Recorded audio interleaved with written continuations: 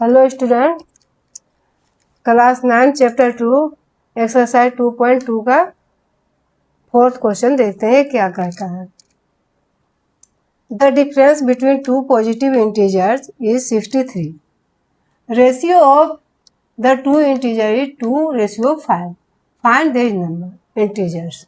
अब इसमें है कि दो पॉजिटिव इंटीजर्स का जो डिफरेंस है वो 63 है और उनका रेशियो 2:5 है, तो वे इंटीजर्स क्या होंगे। अब इसके लिए हम मान लेंगे लेट देज इंटीजर्स भी 2x एंड 5x। अब इनका डिफरेंस क्या कर रहा है, डिफरेंस कर रहा है 63 है, तो 5x माइनस 2x इक्वल 63। तो ये 3x हो गया, 3x इक्वल 63 है, तो x का वैल्यू क्या हो गया 63/3, तो इसको 21 आ गया। x का वैल्यू हमारा 21 हो गया। तो फर्स्ट इंटीजर क्या है हमारा 2x है, तो 2 × 21 क्या आ गया 42। सेकेंड इंटीजर क्या है 5x है, तो ये सेकेंड इंटीजर 5x है, तो 5 × 21 105 ये आ गया हमारा। ये तो हमारा 4th क्वेश्चन है। अब 5th क्वेश्चन, अब देखते हैं 5th क्वेश्चन क्या कहता है। ये 5th क्वेश्चन कहता है कि Ruby has 3 times as many 2 rupees coins as she has 5 rupees coins। Ruby के पास 2 रुपीज कॉइन्स कितने हैं, जितने 5 रुपीज कॉइन्स है उसका 3 गुना है, 3 if she has a total of ₹88, उसके पास टोटल मनी कितने हैं 88 रुपीज है। How many coins does she have of each type. अब पूछता है कि तब उसके पास 2 रुपये वाले और 5 रुपये वाले कॉइन्स कितने हैं। तो इसके लिए हम मान लेंगे let the number of 5 rupees coin equal x। 5 रुपये कॉइन्स को x मान लिए, तब फिर 2 रुपीज कॉइन्स कितना होगा, इसका 3 टाइम्स है तो 3x होगा। टोटल वैल्यू कितना है 88 रुपये।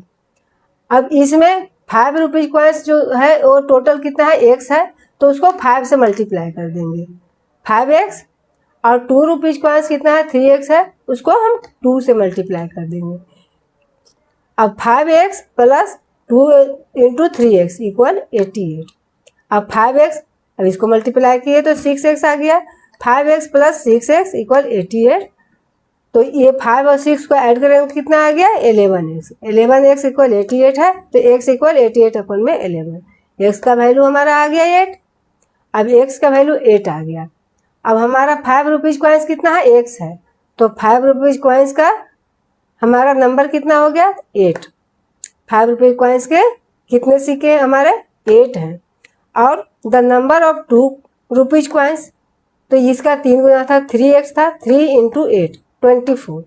अब हमारे दोनों आ गए, 5 रुपीज कॉइन्स हमारे 8 आ गए और 2 रुपीज कॉइन्स हमारे 24 आ गए।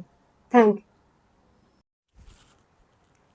अभी तक हम 2.2 का 5 क्वेश्चन किए थे। अब हम देखते हैं 6 क्वेश्चन।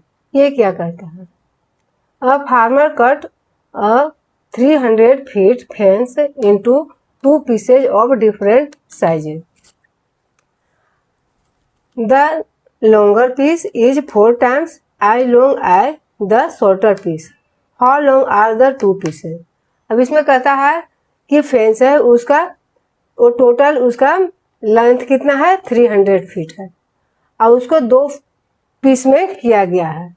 उसमें शॉर्टर पीस जो है और एक है लॉन्गर पीस। तो लॉन्गर पीस कितना है, ये 4 times as long as shorter piece. ये छोटा वाला जो टुकड़ा है उससे 4 गुना है बड़ा वाला।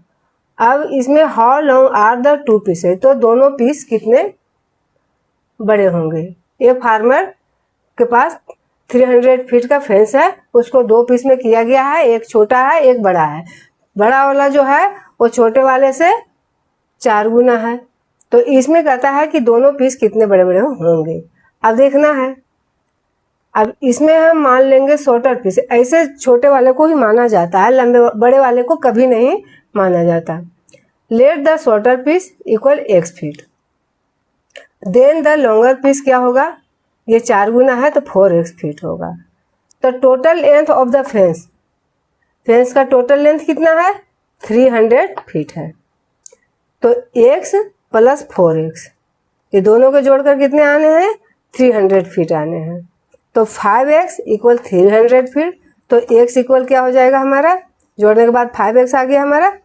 तो x का वैल्यू क्या होगा 300 अपॉन में 5 से हम इसको डिवाइड कर देंगे, आ जाएगा 60 फीट। तो हम छोटे वाले पीस को कितना माने थे x फीट माने थे, तो x का वैल्यू 60 फीट आ गया। तो हमारा शॉर्टर पीस क्या हो गया 60 फीट हो गया। अब इस तरह से hence the length of shorter piece equal 60 feet. Shorter piece का लेंथ कितना हो गया 60 फीट हो गया।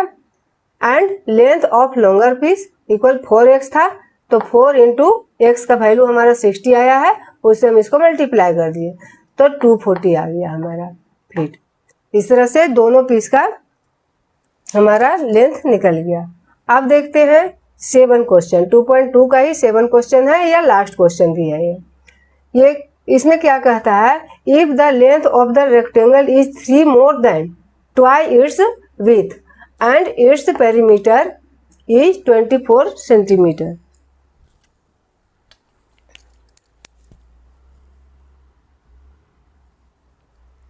What are the dimension of the rectangle.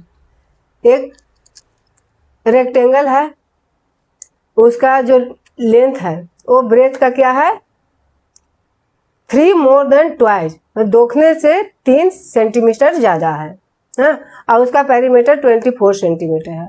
What are the dimension, तो उसका डायमेंशन क्या है, लेंथ क्या है ब्रेथ क्या है, ये निकालने हैं।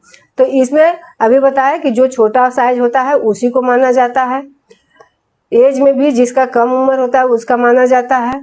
इसी तरह से इसमें विथ हमारा मान लेंगे, let the width of rectangle equal x centimetre, then the length of rectangle. अब इसमें विथ हमारा क्या आ गया x सेंटीमीटर है, तो विथ क्या लेंथ उसका क्या था, उसके दोगुने से 3 सेंटीमीटर ज़्यादा था, तो 2x प्लस 3 सेंटीमीटर हो गया। अब पेरीमीटर ऑफ रेक्टेंगल क्या है हमारा, ये दे रखा है 24 सेंटीमीटर। तो पेरीमीटर ऑफ रेक्टेंगल का फार्मूला क्या है 2 इंटू एल प्लस बी है। तो 2 into L plus B equal 24 centimetre. तो 2 इंटू हमारा लेंथ क्या है 2x प्लस 3, अब ब्रेथ क्या है हमारा x, तो 2x plus 3 plus x equal 24 centimetre. तो ये 2x और x 3x हो गया plus 3, 2 into 3x plus 3 equal 24 centimetre. तो ये इससे हम मल्टीप्लाई कर देंगे, बाहर वाले को ये ब्रैकेट वाले से मल्टीप्लाई कर देंगे। 2 को 3x से किए तो 6x आ गया, और 3 से करेंगे तो 6 आ गया। 6x plus 6 equal 24 centimetre.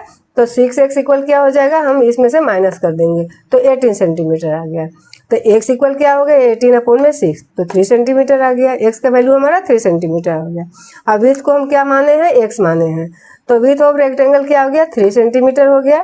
Length क्या है हमारा 2x प्लस 3, तो लेंथ ऑफ रेक्टेंगल क्या हो गया 2x प्लस 3, तो 6 हो गया। 6 प्लस 3 क्या हो गया 9 सेंटीमीटर। ये हमारा 7 क्वेश्चन 2.2 का खत्म हुआ, और इसके साथ ये चैप्टर भी एंड हुआ, एक्सरसाइज एंड हुआ, चैप्टर नहीं। अब 2.3 हमको देखना है आगे।